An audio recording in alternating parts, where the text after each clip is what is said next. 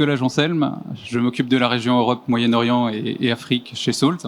Et on va voir aujourd'hui, via quelques illustrations sur des banques, des fintechs, du e-commerce et des service providers, ce que font les attaquants lorsqu'ils ciblent des API, pourquoi ça n'est pas bloqué par les méthodes traditionnelles, et justement comment s'en protéger. Un peu de contexte avant de commencer. Il y a quelques années, Karl Lavenbach avait dit « Software is eating the world ». Et en fait, quand on regarde ce qui s'est passé depuis 10 ans, toute la digitalisation, lorsqu'on regarde sous le capot, c'est des API. Et aussi, on devait le réécrire aujourd'hui, c'est vraiment « APIs are eating the world ». Et en fait, lorsqu'on pense à tout ça, c'est toutes ces API, elles ont été poussées par la pression du métier. Chaque organisation a créé des API qui sont tout à fait uniques pour répondre à leurs besoins métiers. Et quand une organisation est attaquée, qu'elle corrige ses problèmes d'API, il n'y a pas d'effet d'aubaine pour les autres organisations. Il n'y a pas un Windows Update, il n'y a pas une API open source qui fait que votre posture est améliorée. Et ça, les attaquants l'ont bien compris, que ces API sont là pour exposer les données les plus sensibles de vos entreprises, de vos organisations.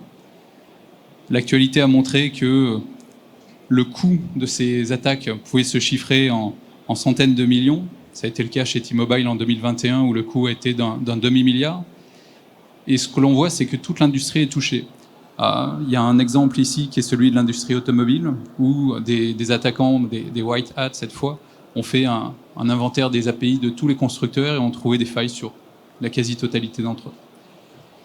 Et le Gartner avait identifié ça il y a déjà quelques années, en 2017, et dit les API sont partout. Et ce qu'on entrevoit, c'est que ça va devenir le premier vecteur d'attaque.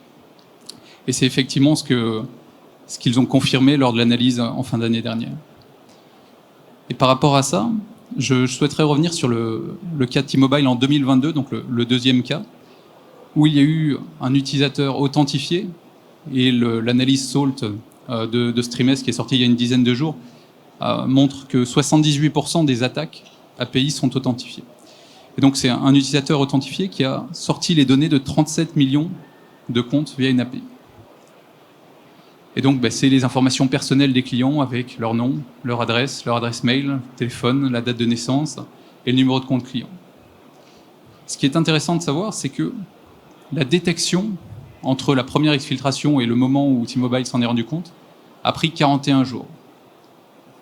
Alors même qu'un an auparavant, ils avaient eu une faille sur une API.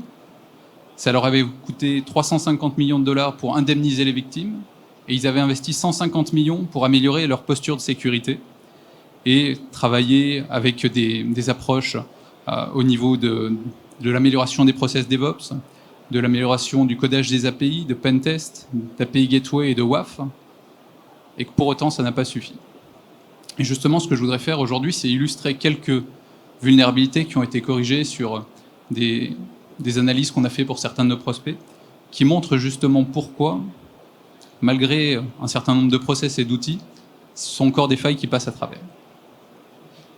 Juste avant ça, le Gartner avait repris leur architecture de référence, où il y avait effectivement une approche sécurité périmétrique avec des solutions de type WAP, WAF, API Gateway, et avait recommandé l'ajout d'une brique API Security pour la découverte et la protection dédiée, partant du constat de toutes les attaques qui avaient été réussies, mais malgré la mise en place de ce type de solution. Le premier cas que je voudrais illustrer avec vous, c'est celui d'une attaque au WASP API 1. Donc, le WASP a créé une catégorie spécifique aux API. Le premier, c'est celui qui est le niveau de risque maximal selon leurs analyses. C'est celui d'une autorisation cassée au niveau objet. Donc, qu'est-ce que c'est que cette barbarie ? Dès lors que vous êtes authentifié, si une solution ne vérifie pas l'autorisation, vous allez pouvoir accéder à votre compte, client A, mais peut-être également à client B, client C, comme ça a été le cas sur T-Mobile. Et ce type de faille, on le trouve dans 50% des analyses de sécurité qu'on fait. C'est vraiment la faille la plus commune. Mais c'est aussi celle qui est la plus difficile à détecter, parce que si je demande client B au lieu de client A, sans contexte, c'est pas possible de savoir que c'est pas normal. Même le développeur de l'API va voir la requête et dire elle est tout à fait conforme à mes spécifications, elle semble tout à fait correcte. Sur ce cas-là, ce qu'on a fait, c'est qu'on a pu accéder aux données carte bancaire d'autres clients sur une API bancaire.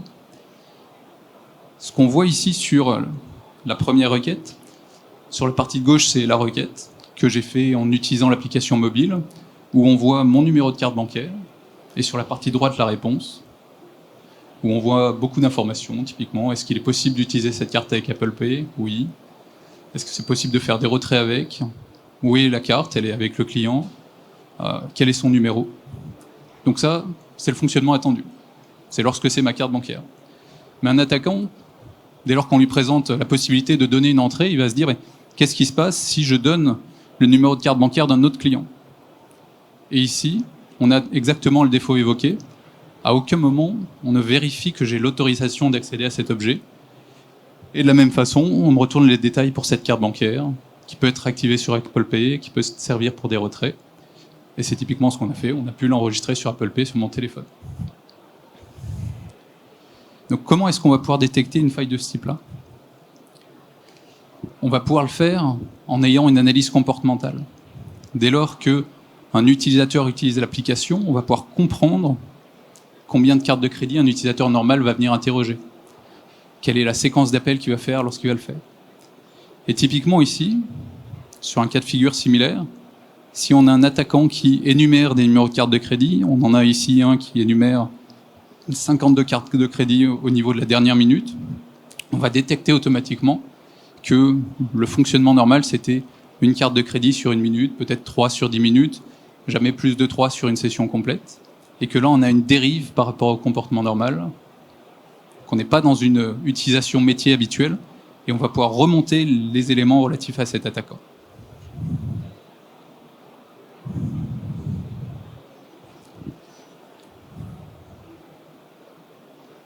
Le deuxième cas de figure que je voudrais illustrer avec vous, c'est celui d'une fintech sur lequel on a une faille de type autorisation cassée, broken authorization.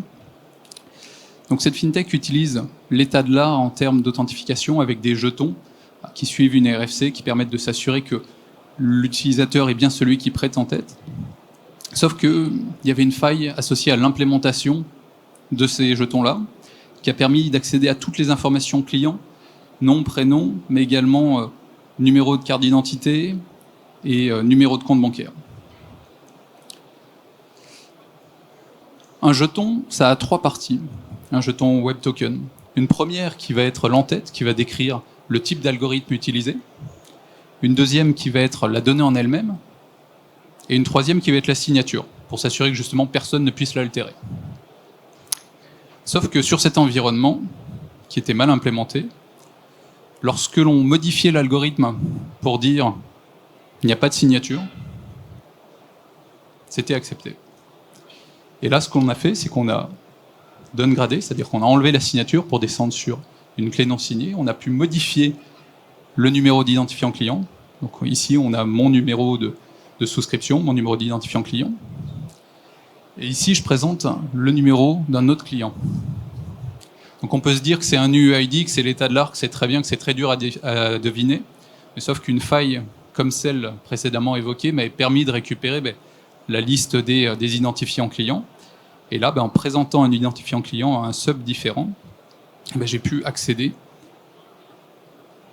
aux données d'un autre utilisateur. Là, on voit mon jeton encodé sur la partie de gauche où je demande Get Account. Et sur la partie de droite, on voit mon utilisateur, on voit mon adresse mail, les éléments associés à mon compte. Et avec le jeton modifié, on voit ici qu'en refaisant le Get Account, mais avec ce jeton différent, j'accède au compte de Laura avec ses contrats. J'ai caché la partie d'en dessous avec les informations bancaires.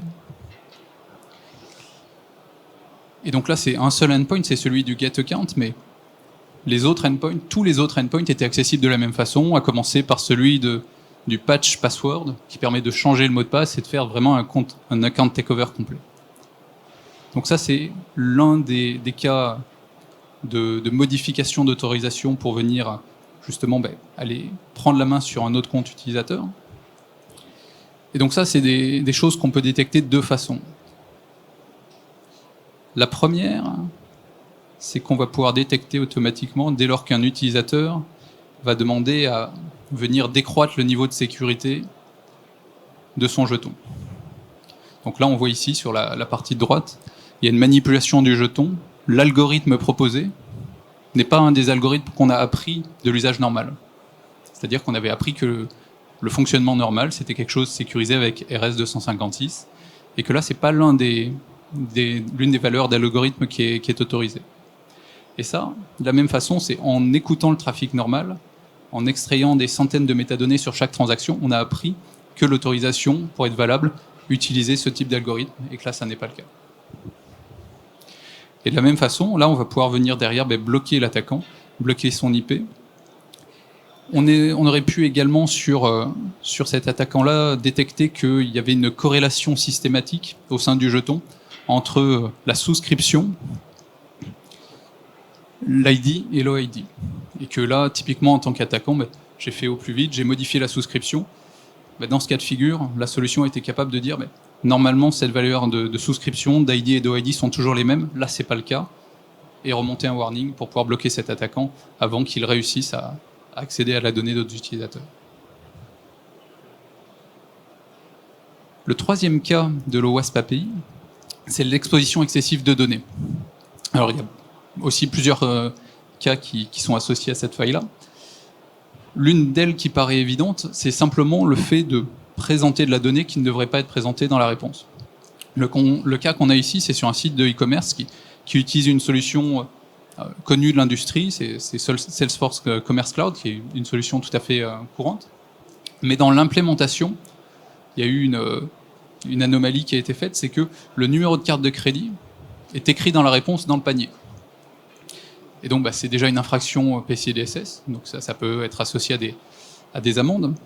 Et puis, s'il y a des failles en chaîne qui me permettent d'accéder pas simplement à mon panier, mais au panier d'un autre utilisateur, ça me permet potentiellement d'accéder au numéro de carte de crédit de plusieurs utilisateurs.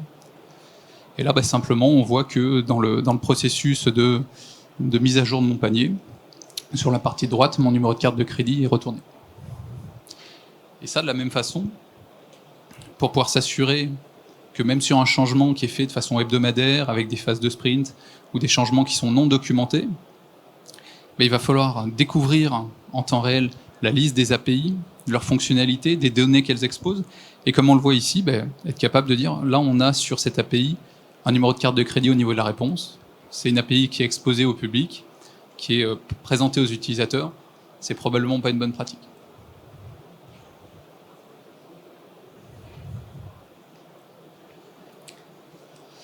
Le quatrième cas de l'OWASP API, c'est celui de l'absence de limitation des ressources et de débit. C'est ce qui va permettre en fait de s'assurer qu'on a un usage normal des ressources. Et ce qu'on a sur ce quatrième cas dans une entreprise de fintech, c'est une requête unique qui aurait pu amener à une coupure de service, à un impact du SLA ou à affecter l'image. On a dans cette entreprise une implémentation d'API sur GraphQL.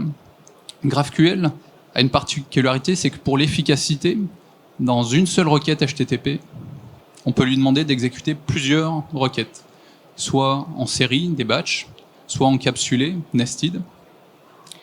Mais sauf que là, ce que j'ai fait, c'est que j'ai utilisé cette fonctionnalité pour lui demander une série de 1000 requêtes dans une seule requête. Et en plus de ça, j'ai utilisé une fonction d'introspection, qui est l'équivalent du schéma REST, qui est très consommatrice de ressources. Et donc là, avec une seule requête, on a 37 secondes d'utilisation de CPU et de mémoire par cette seule requête. Et en distribuant cette attaque, on pourrait potentiellement faire tomber le service. Là, avec Salt, de la même façon, on va pouvoir apprendre combien on a de requêtes en batch d'habitude. Et très souvent, c'est 0, il n'y a pas de batch. La notion de requête nested est parfois utilisée, mais très souvent, elle est utilisée pour faire une vingtaine de requêtes dans l'usage métier normal. Et là, on pourrait être alerté dès lors qu'on a plus de 20 requêtes nested ou plus d'une requête en batch.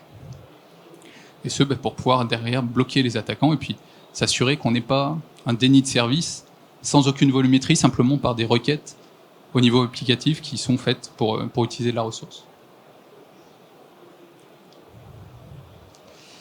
Le sixième cas que je voulais évoquer avec vous, c'est celui d'un mass assignment qui a été utilisé chez un opérateur. Le mass assignment, ça va être la possibilité de surcharger en fait une requête. On va ajouter des champs, des paramètres dans la requête qui ne sont normalement pas présentés, mais qui vont pour autant être pris en charge par l'API, qui vont être chargés en mémoire, alors que ce n'était pas forcément prévu. Et ce qu'on a ici, sur un panier d'un service provider, c'est dans la réponse, on a un total price, un total paid et un balance. Donc là, tout de suite, un attaquant va se dire, est-ce que si je manipule dans la requête le total paid, je peux éviter de passer par la caisse? Et c'est exactement ce qui s'est passé ici. En rajoutant un total paid dans la requête, on a pu mettre à jour le panier. On voit ici que le total paid est égal au total price, que le balance a été recalculé et qu'il est à 0 alors que jamais ils n'ont vu ma carte de crédit.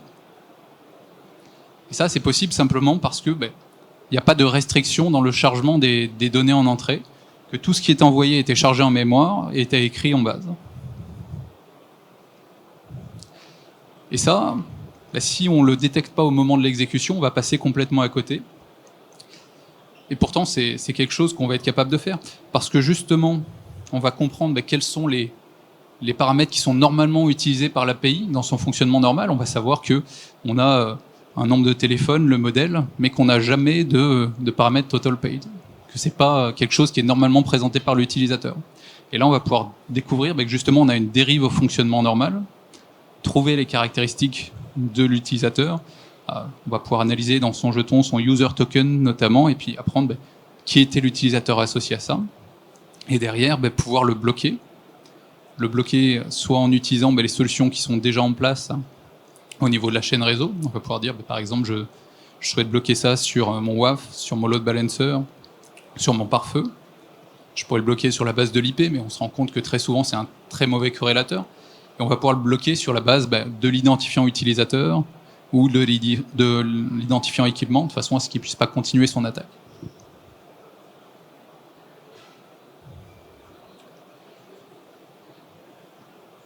Donc ça, c'est effectivement une première étape, celle de pouvoir identifier l'attaquant, de pouvoir identifier les caractéristiques de l'attaquant. Donc quand il a un grand nombre d'IP, quand il a un grand nombre de jetons, très souvent sur des jetons d'une courte durée, par exemple un jeton qui va durer 10 minutes, on va voir qu'un attaquant, avant d'arriver à trouver une faille et à l'exploiter, il va faire des dizaines de tentatives. Là, avec Salt, on va pouvoir avoir tous ces corrélateurs, donc ces IP, ces jetons, ces utilisateurs, et dans la timeline, présenter toute la progression de l'attaquant. Et on va voir les différentes tentatives qu'il a fait, avec toute la contextualisation qui va permettre de comprendre pourquoi c'est anormal, pourquoi c'est une attaque. Et ce qu'on voit ici, c'est sur la partie de gauche, la faille au WASP API 1 qu'on évoquait tout à l'heure, fait qu'on ait une réponse anormale, et on voit toute la progression de l'attaquant. Ça, c'est ce qui va nous permettre, au milieu des milliards de calls API, de trouver les quelques calls qui sont associés à un comportement anormal, les quelques attaquants. Sur les environnements que l'on a déployés, on a pu voir qu'on avait quelques dizaines d'attaquants, tout au plus, au milieu de tout ce bruit, pour pouvoir prendre une action. Et puis derrière, remonter auprès de l'équipe DevOps une proposition de rémédiation. C'est-à-dire qu'on a paré à l'urgence, qu'on a bloqué l'attaquant, mais que derrière, on va pouvoir remonter une demande de changement et dire, sur cette API, cet endpoint, on a détecté telle anomalie, et notre recommandation pour améliorer le design de l'API, de façon à ce que si un attaquant retente la même attaque et ne puisse pas la faire avec succès, c'est celle-ci, et pouvoir l'envoyer vers les solutions qu'utilisent les équipes DevOps, que ce soit des Jira, des Zendesk, des ServiceNow ou un Slack. Je pourrais prendre des exemples encore par dizaines, mais je vous propose de m'en ouvrir à vos questions. Eh bien, bravo et merci pour votre conférence. Je vais aller chercher un micro et nous allons pouvoir interagir ensemble avec la session questions-réponses.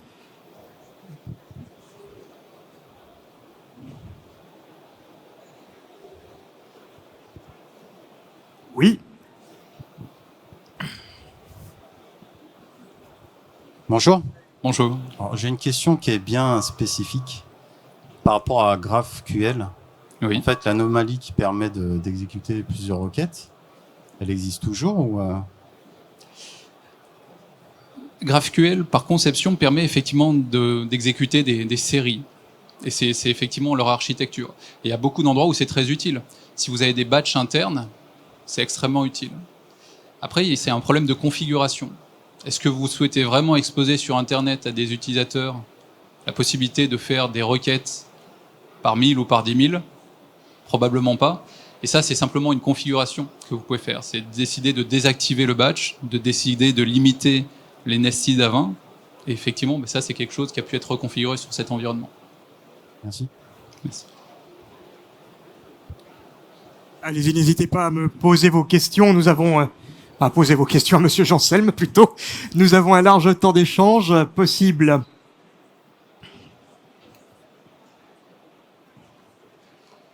Une des questions qu'on a souvent, c'est comment est-ce qu'on fait pour mettre ça en place et pouvoir protéger justement votre trafic API. C'est quelque chose qu'on peut vous proposer, c'est de le faire sur votre trafic. Pour ça, on va simplement récupérer une copie du trafic API. Ça peut être à plusieurs points, ça peut être au niveau de réseau, via des load balancers, des sondes, des pare-feux. Ça peut être également au niveau des API Gateway. On a des intégrations avec la majorité des solutions du marché. On a simplement une politique qui nous fait une copie du trafic. Donc on met ça en place en moins d'une heure et derrière, on va pouvoir commencer sous une semaine à apprendre justement votre trafic, permettre d'avoir un inventaire. Et puis en deuxième semaine, on peut avoir des comportements anormaux comme ceux qui ont été illustrés ici pour justement voir sur vos environnements que c'est des éléments qui ne sont pas détectés avec les technologies classiques et comment justement vous pourriez avoir ce même type de visibilité avec Salt.